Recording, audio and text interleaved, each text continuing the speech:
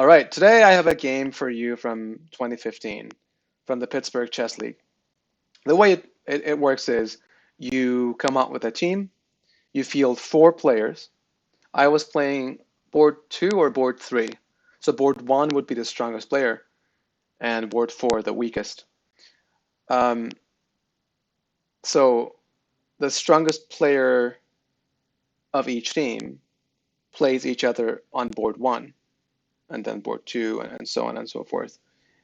It's actually really interesting. The psychology of team events is a lot different than individual events.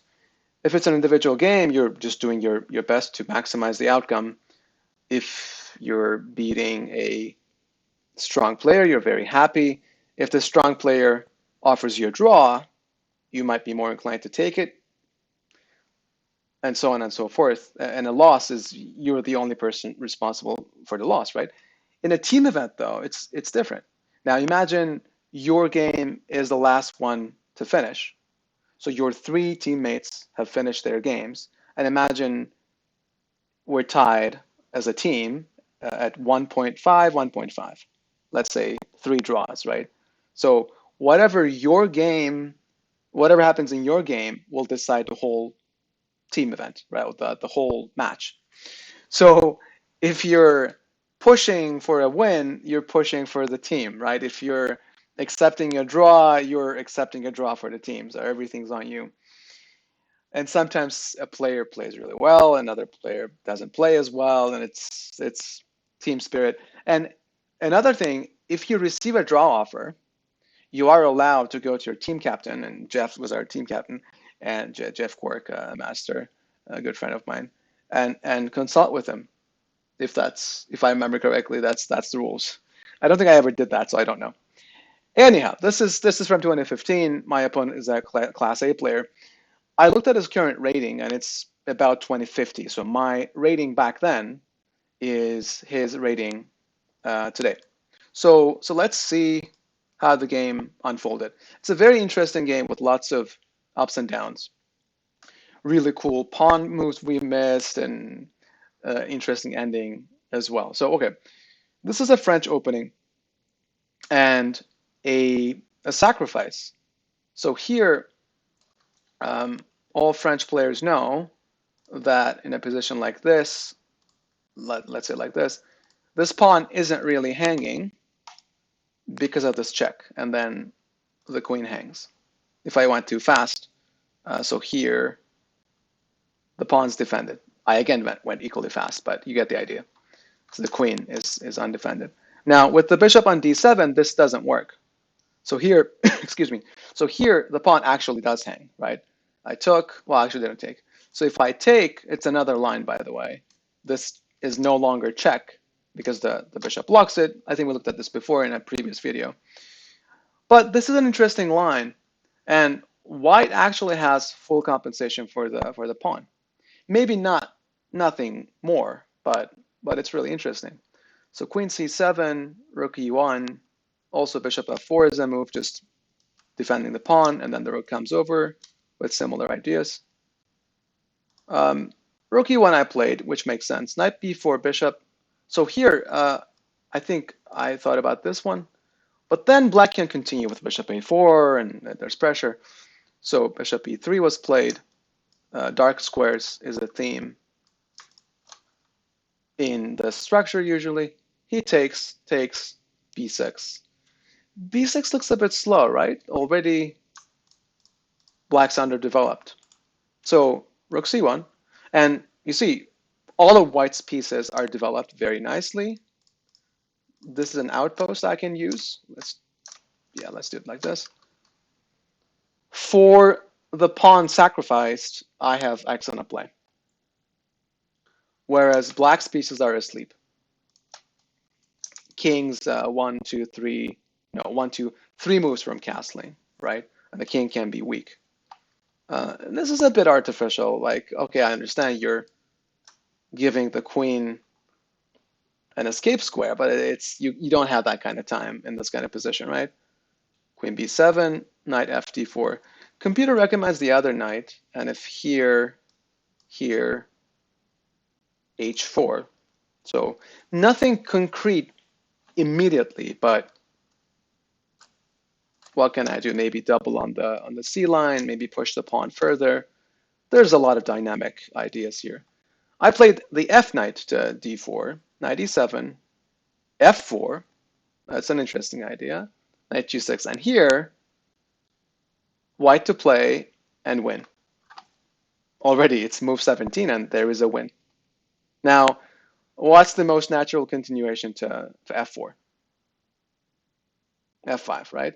But try to pause the video and see it all the way through. So F5 takes, and then what? If you thought about it, I'll show you what I missed. So F5, of course, is the move. In principle, if you're better developed, and clearly here white is really much better developed, but we only have two moves, right? Bishop out and castle, right? Two moves before black castle, so we have to do something quickly. And F5 accomplishes that. So F5, take. Now, we don't take here because this is a tempo on the rook. I need to do something about it. Maybe rook F1 makes even more sense. But then black escapes. Okay, didn't work, right? So can you see something better than just taking back? It's not the easiest line, so I'm not that surprised. Today, I think I would be looking at it. I think I would find it today, but back then, I was markedly weaker, to put it mildly. So, of course, E6 here, right? It's very beautiful. Take. It looks like white's attack is running out of steam, but no, you just keep taking. When you're ahead and like it's like this. How many pieces do I have attacking? Well, basically everything. I 1, 2, 3, 4, 5, 6, right? And black has 1, 2, 3, maybe 4 defenders, right? All I'm doing is here, we can also count this as a defender. It's a little bit like this. I'm removing, say black has 5 defenders. I have 7 attackers, 6, 7 attackers, right? If you remove a piece from each side, it's 4 versus 7, 3 versus 6, 2 versus 5, right? 1 versus 4, and so on and so forth. So white's dominance, locally speaking, and locally being basically in this area because the king is here, is increasing with every piece or pawn that comes off the board. So this looks crazy, knight takes e6, but take here, and by force, I open this E line against the king. That's what I'm talking about. So imagine if this happens. By the way, knight e5 is answered by queen b3. Okay, it's not the simplest way to continue, but more or less, white's attack plays itself. Like something has to be good, right? Here, taking is a little bit hasty, like so. Still, white has good play. There's chances, queen g3, what we're taking, and white's at least equal. But going back, bishop f4. And here with bishop d6, now we take, it's just a free piece. And if knight goes, I don't know, here, then this is hanging for free. There's all kinds of ideas. And finally, bishop d7, check, rook. And this is the final move of the variation because it's all over. Once the bishop falls, black's defenses will crumble entirely. Okay, so missing f5 and e6, I played this one, which makes sense, doubling the rooks, but bishop d8 is very nice, just covering the square. And I can't do anything against black's castling. So g3, it's a bit sad, but okay, castles. And still, white has full compensation for the pawn, so it's actually okay. h4. Now, if I can get an h5, I'm doing well. But knight e7, I thought I'd play h5 here. h5 would make more sense. This is what I would do today. But g4 was played, and f6 is the problem. So, well, black is doing okay here. Still around equal, but the game takes a turn for the worst for me pretty soon. Now, if h5, f6 isn't as strong. I can take. Notice this is also possible, but knight d2, here, I have good play, right? Whereas in this position, if I take, it's similar, but I'd rather have the h-pawn advanced rather than the g-pawn. Because, I mean, what does this really do, right? Not that much. But that being said, I should have still taken. This would be around equal. But I played a backwards move, knight f3. Not great. Knight c6, a3, take, and here my engine's showing -3. Now it's -2, but still, white's winning. Knight d4, check. Here.